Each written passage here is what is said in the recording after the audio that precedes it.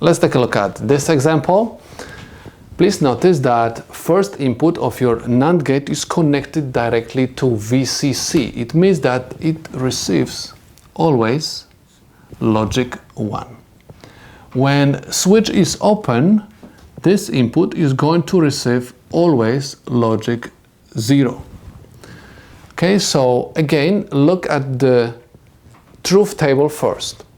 Please notice that if you have 0 at one of the inputs of the NAND gate, output is going to be always high. So don't think too long, just simply realize that this 0, right, is going to produce high at my output no matter what is at the input.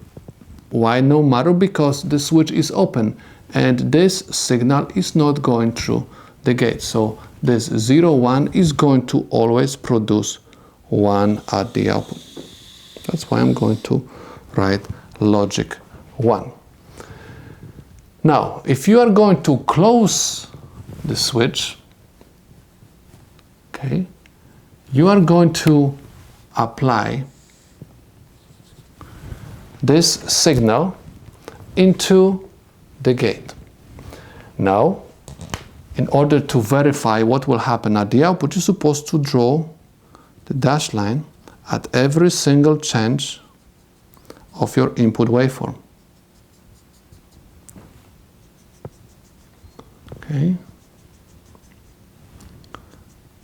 Now, so we have 0, 1. 0, 1 gives me 1 at the output.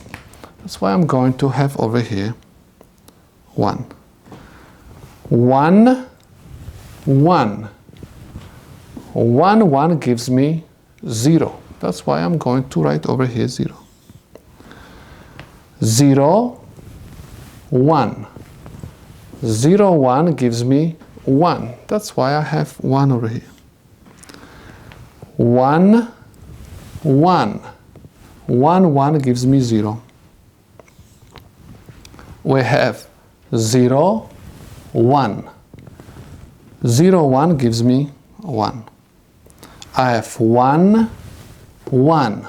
1, 1 gives me 0. And I have 0, 1 gives me 1. Now we can draw the waveform. Please notice that the output waveform is the complement of the input waveform. Okay? In other words, this is the inversion of the input waveform.